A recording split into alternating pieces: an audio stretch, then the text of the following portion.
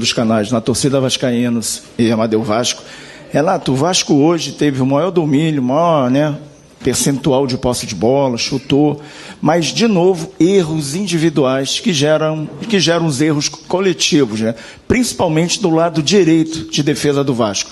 E essa transição do Vasco defensivamente acarretou muito na derrota do Vasco hoje, porque hoje o banco do Botafogo, principalmente na mexida ali no segundo tempo, eles decidiram os jogos. E eu vi você ali no banco toda hora falando, dando instrução, como melhorar, além do lado psicológico do time, melhorar essa transição defensiva. Boa noite, Renato.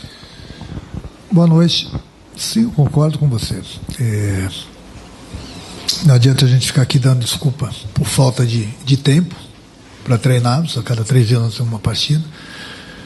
Até porque os erros que nós cometemos hoje foi os erros que eu corrijo sempre no vídeo. Fico lá um bom tempo falando exatamente isso. Costumo falar que os pequenos detalhes no futebol fazem um estrago enorme.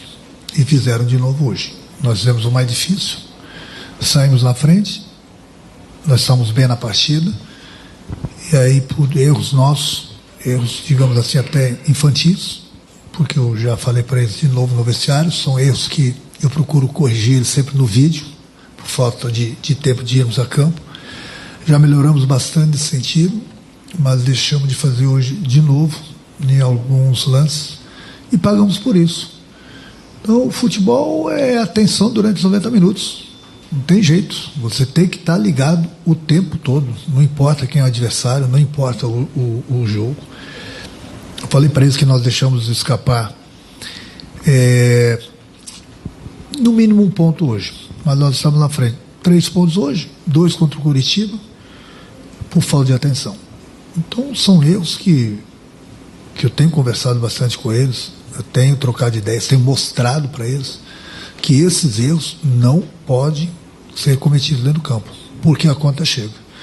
Então, não é a transição ofensiva, a transição defensiva, isso é falta de tempo mesmo, até porque a gente não tem tempo para treinar bastante, e até porque hoje a gente tem mudado o time de uma partida para outra, mas eles sabem exatamente o que deve ser feito dentro do campo.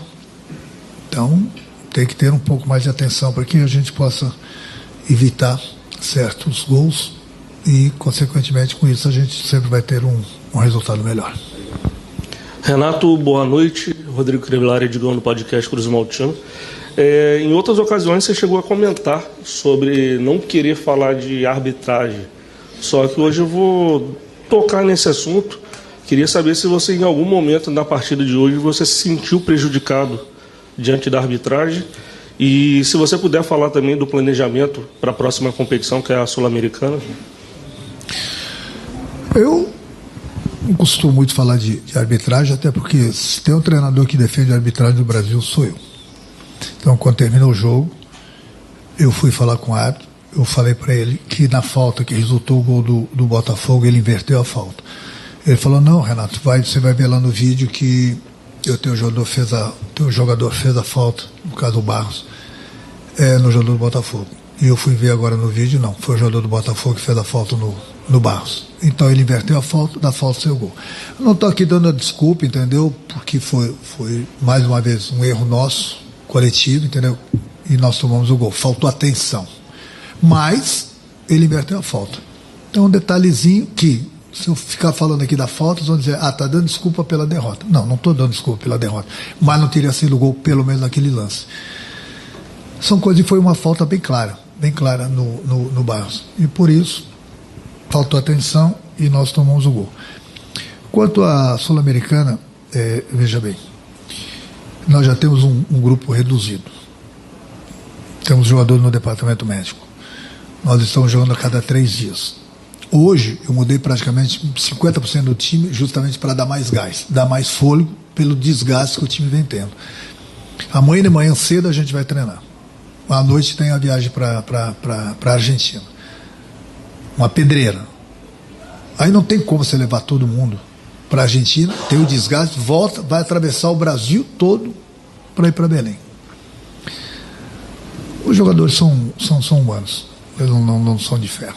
Você vê que tem a maioria dos clubes, você vê que eu não tenho nada a ver, mas eu estou comentando. A cada rodada, só no Campeonato Brasileiro, eles mudam o time, justamente pelo desgaste. Então, se botar o mesmo time, não vai conseguir correr e você vai perder jogadores por lesão.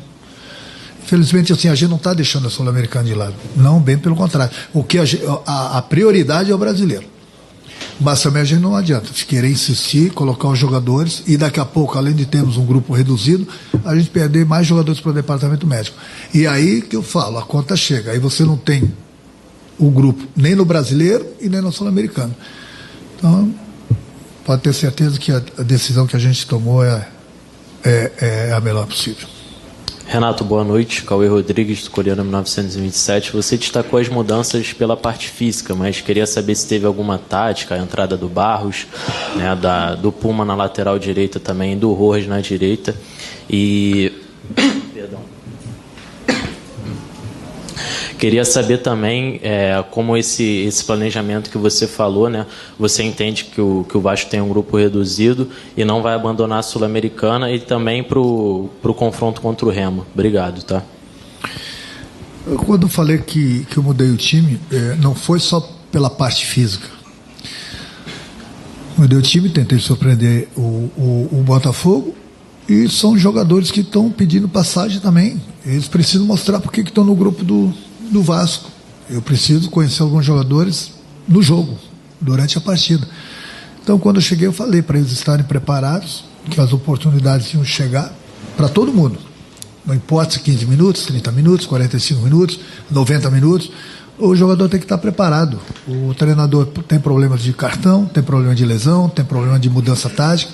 O jogador tem que estar preparado, até porque o desgaste também é muito grande no Campeonato Brasileiro.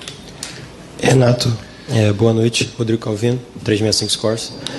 Queria falar sobre um jogador específico, que é o Léo Jardim, que sofreu vaias hoje, direcionadas a ele, por causa também do último jogo, pela não saída de bola, há muita crítica nesse quesito para ele, direcionada, e também recaiu sobre ele a culpa dos 2 gols.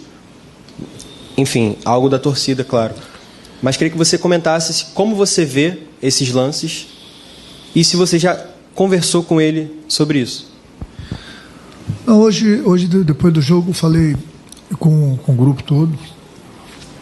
Sempre no dia seguinte, 2 dias depois, se tiver que falar com algum jogador individual, eu chamo na minha sala, converso, troco ideias, mostro onde tem as falhas.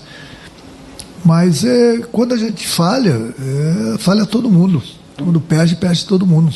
Quando ganha todo mundo. Até porque, sinceramente, hoje, eu não vejo falhas no Léo. O cara deu um chute na gaveta, o outro cruzamento, a bola infelizmente cobriu ele. Quando falo que a gente falhou, é coletivo. Não importa se o jogador falhou no lance ou não falhou. Aqui, quando ganha todo mundo. Quando perde todo mundo. Ele é um grande goleiro, sem dúvida alguma, passa muita confiança para todos nós. E não foi nem o caso hoje.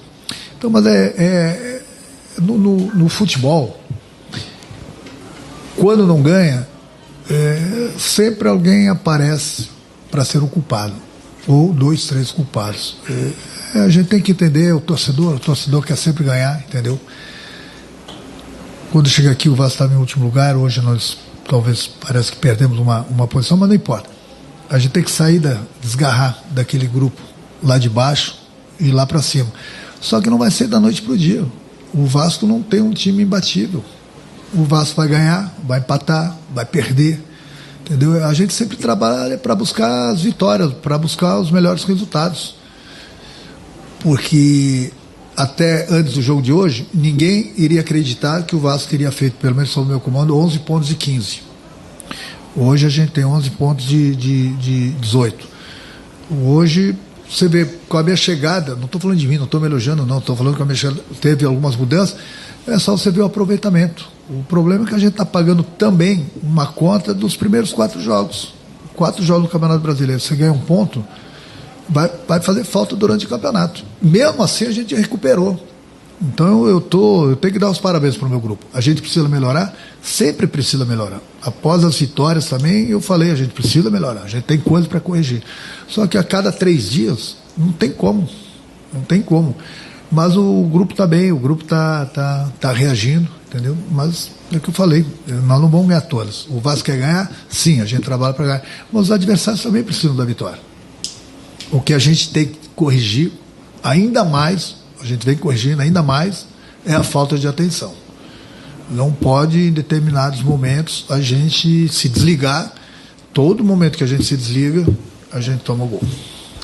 Boa noite, Renato. Pedro Cobalé do Lance. Queria te perguntar sobre o Nestroso, o Marino, né? Jogo do Coritiba e também hoje ele mostrou em alguns momentos, fica muito claro que ele tem qualidade técnica, mas um pouco afoito em alguns momentos, né?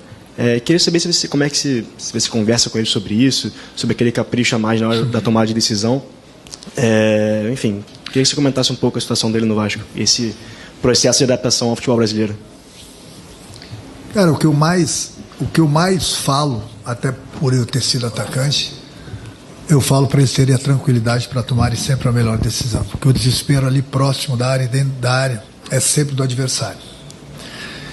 Então quando chego aqui, nós temos acho que 4 colombianos no grupo. Eu procuro corrigir eles.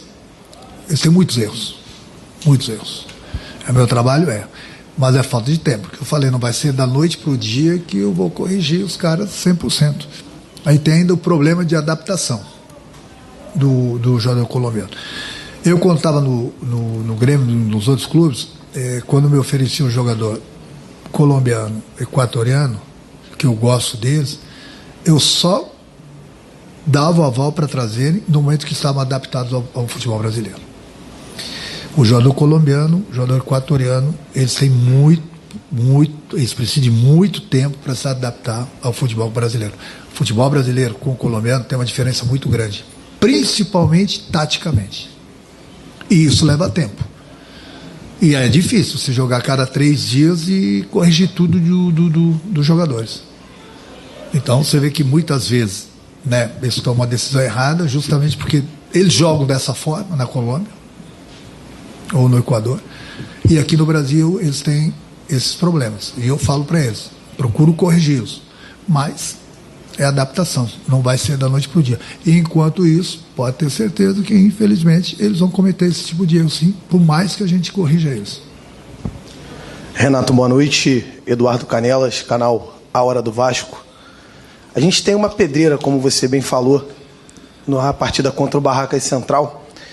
E algo que já vem sendo debatido dentro da torcida do Vasco em vários momentos, eu volto à questão mental desse time para fazer um comparativo que eu acho que vai ser bem legal a gente colocar isso para o torcedor. A competição é uma competição de muita catimba, uma competição que você enfrenta sul-americanos muito fortes, nessa questão mental mesmo.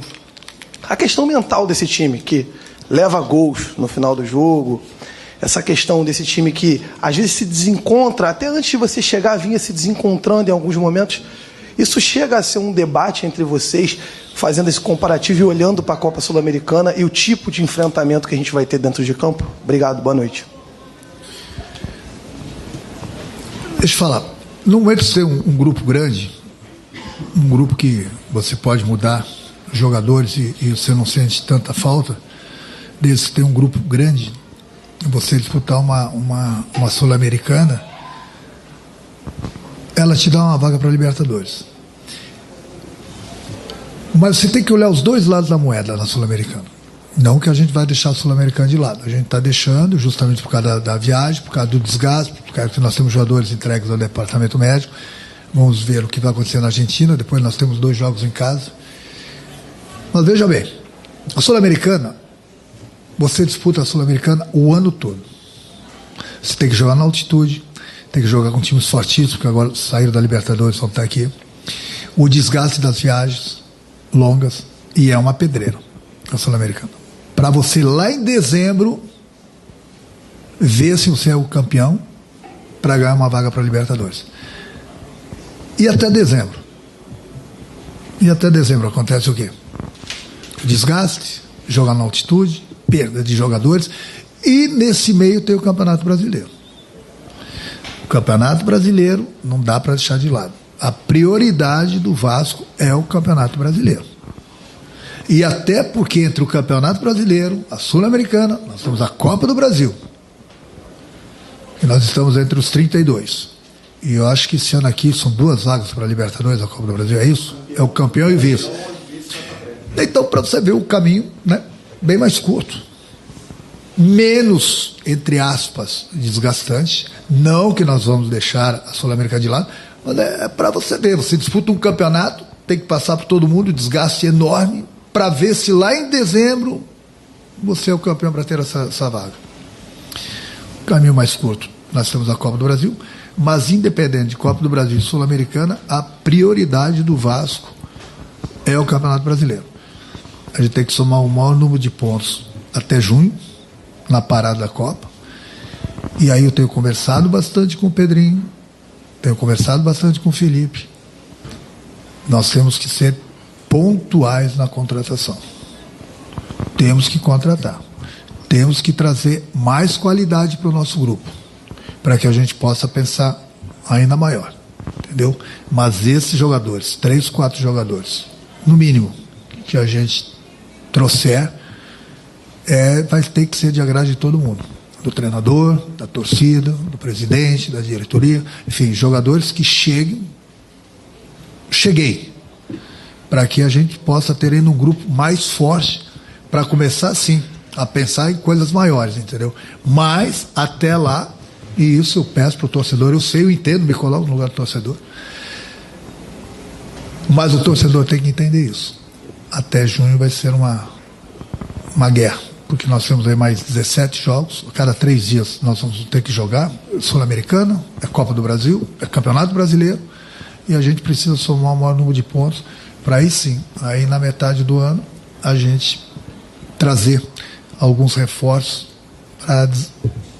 para que a nossa qualidade técnica, principalmente, suba bastante, o torcedor possa se entusiasmar ainda mais, e jogadores com certeza chegarem para nos ajudarem. Boa noite, Renato. Sérgio Quinte, canal Atenção Vascaínos. Quando você chegou, você falou que a sua prioridade seria arrumar a casinha, né? Arrumar o sistema defensivo, mas o Vasco acabou tomando gol em todos os jogos com você. Não sei se a falta de tempo, porque teve o período da data FIFA e mesmo assim o Vasco continua apresentando muitos erros coletivos, além de erros individuais, algo que poderia ser mais treinado, né? Não sei. Queria que você falasse um pouco dessa questão do sistema defensivo, continuar tomando tantos gols, mesmo tendo esse tempo para treinar, e também em relação às alterações. Você manteve o time, mesmo com muitos jogadores indo muito mal no primeiro tempo, você voltou com a mesma equipe, sem fazer nenhuma alteração, e no final você terminou fazendo só 3 substituições, você ficou com 2 pendentes. Você fala muito dessa rotina de jogos, carga pesada de jogos, principalmente em abril. Por que você morreu com essas 2 substituições? Obrigado. Nas substituições eu faço quando eu acho necessário, até pelas... com todo o respeito. Você viu quem eu tinha no banco hoje? As características dos jogadores? Você colocou muito Adson, por exemplo, não tem entrado. Eu coloquei o Marino. Eu não posso colocar 2 jogadores na mesma posição. É por isso que eu falo. Eu até gosto do Adson, mas é um outro. Aí eu penso em deslocar um para o lado esquerdo. Eles não gostam de jogar aí, eles não sabem, eles gostam do lado direito. Aí eu faço o quê? Não adianta, tem 2 jogadores na mesma posição. Então, entendeu? Aí tinha um atacante só de área, o Spinelli. O Breno está machucado. Por isso que eu digo, o nosso grupo está um pouco reduzido, entendeu? Eu gosto de fazer 5 substituições, mas não adianta você botar 15 minutos, sai para botar outro meia hora. Então o desgaste do time, tanto é que está tendo desgaste do time, tanto é que eu procurei mudar do jogo de Curitiba para cá, parece que eu mudei metade do time.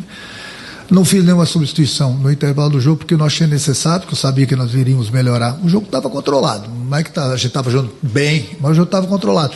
Sabia que nós iríamos melhorar no segundo tempo. Melhoramos, fizemos o gol. Que é o mais difícil no futebol, é fazer gol. Fizemos o gol. Aí é que eu falo, o que não pode é faltar atenção para a gente tomar aqueles 2 gols. O futebol você tem que estar ligado aos 90 minutos. Não importa quando esteja o placar. No momento que você se desligar, entendeu? Eu costumo contar uma historinha para eles sempre, do desligamento do jogo. Eu falo para eles, vocês são pais.